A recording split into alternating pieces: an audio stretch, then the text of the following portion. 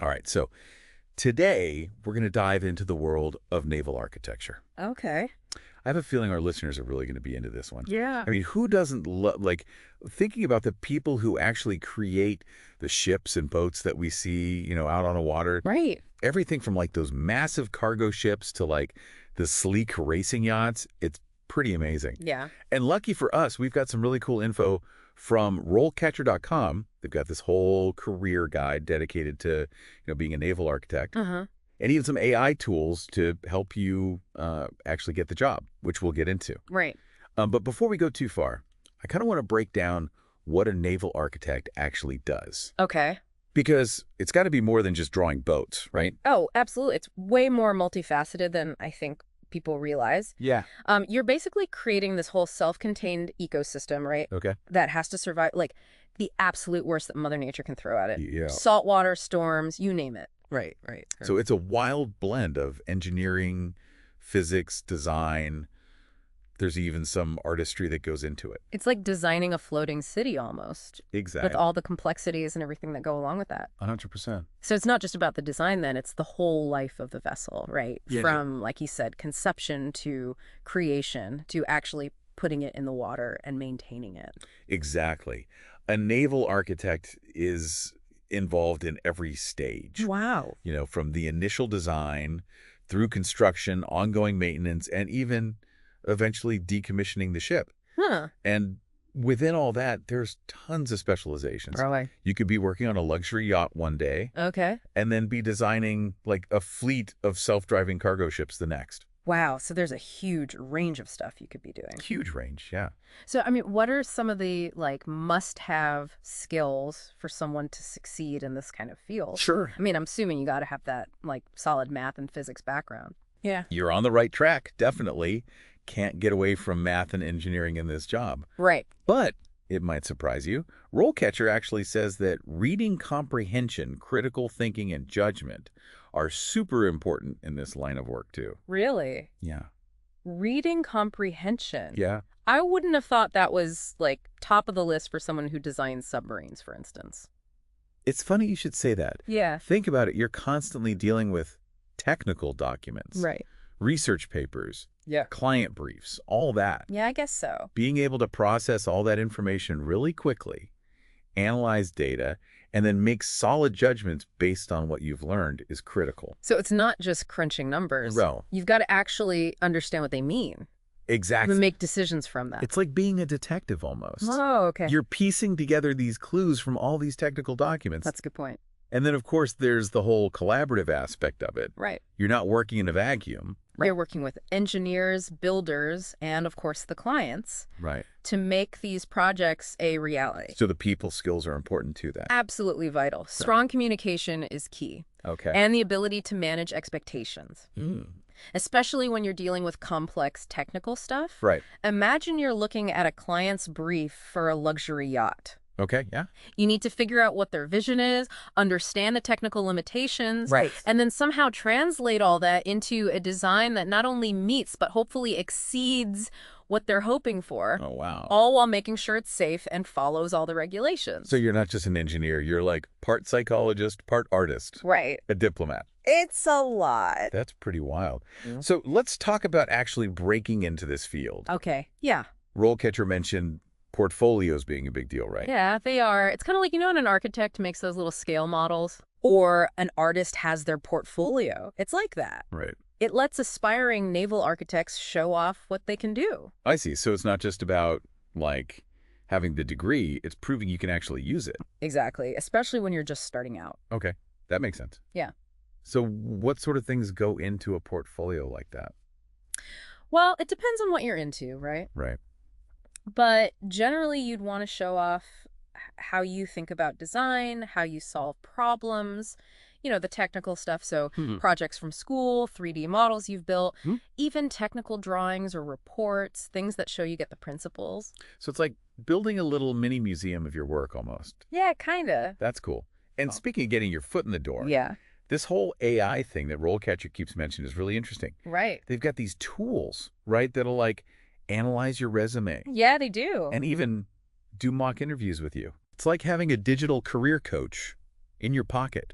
Have you played around with those at all? It's wild how much tech is changing how we find jobs, right? Yeah. And yeah, I have actually checked out some of RoleCatcher's AI stuff. Oh, cool. Like their resume analysis is pretty something. Really? You upload your resume and it compares it to the jobs you want.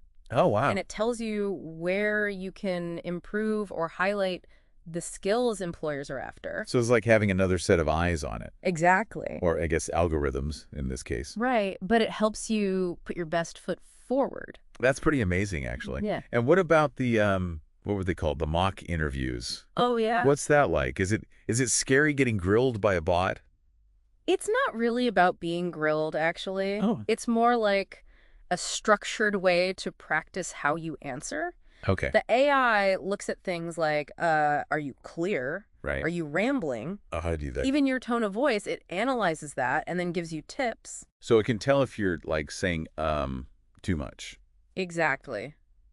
That's wild. I could see that being super helpful, It is. especially for anyone who gets like nervous in interviews and stuff. Totally. And that's the whole point, right? Yeah. These tools are about giving people confidence, to show off what they bring to the table. It's a tough world out there. Oh, tell me about it. Especially in a field like naval architecture, it's super competitive. Yeah, for sure. So we've talked about what these folks do, the skills they need, even how to get started. But let's zoom out for a sec. Okay. Where does this whole career fit into the bigger picture? That's a great question. Yeah, At its heart, it's about solving these huge engineering puzzles. right. But with the ocean's rules, you know what I mean? Yeah, It's about finding that sweet spot between how it looks and what it does. right. Making it beautiful but practical, safe but still pushing the boundary. And it's got to be a field that just keeps changing, right? All the time. I mean, we've got the push for greener shipping now. Yep.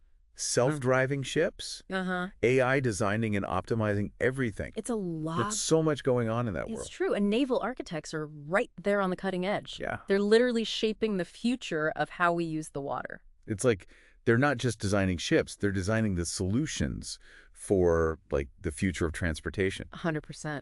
Speaking of which, one thing RoleCatcher talked about that really stuck with me was this idea of AI, Yeah. but not just for finding a job in naval architecture, Right. but like actually doing the job. Right. Interesting. No. So we're talking like AI crunching those crazy calculations, Exactly. optimizing the whole design, Yep. even suggesting like wild new structures we haven't even thought of. It's amazing. Kind of makes you wonder, where do people even fit in anymore? Right. It's a question everyone's asking, not just shipbuilders. True, true. But we have to remember, even the smartest AI, it's still a tool. Like, it can handle tons of data, do things crazy fast, Right.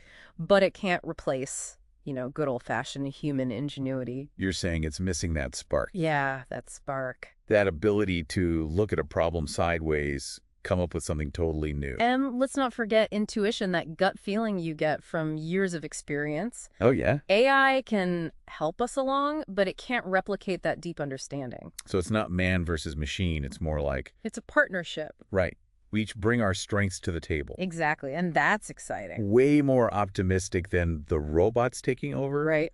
So imagine it, naval architects working with AI I love it. to make even better ships, greener ships, It's more efficient. maybe even stuff we can't even dream up yet. The possibilities are huge. Now, that's a future I can get behind. But Yeah. before we go full sci-fi on this, Yeah. you mentioned earlier those naval architect skills. They're useful in other fields too. Oh, absolutely. Think about it. Okay. A ship, it's like a little city, right? Kind of, yeah. It's got its own power, waste disposal, plumbing, places for people to live. Right. It's all self-contained. Exactly. And designing that takes such specific skills. Makes sense. And those skills, they're needed everywhere. So you're saying it's not just about like making the ship float, it's making it efficient, Yes. eco-friendly. Yep. Even making sure the people on board have a decent place to be. All of that. Yeah. And those same ideas, you can use them in offshore energy, coastal engineering, Okay. underwater exploration, even building sustainable cities on land. Wow. I'm seeing the connections now. It's about that big picture thinking. Right. Solving tough problems with limited resources. Balancing what everyone needs, super valuable no matter what you're doing. It's like they're not just building ships, they're building a better future. Kinda. Exactly. And on that note, folks, we're going to have to leave you to ponder that. Lots to think about. If these naval architects are tackling such huge issues, How do we, as a society, encourage them, support them? Good question. Make sure they've got what they need to develop these super valuable skills. It's something to chew on, maybe even take action on. Until next time, keep exploring, keep learning, and we'll catch you in the next deep dive.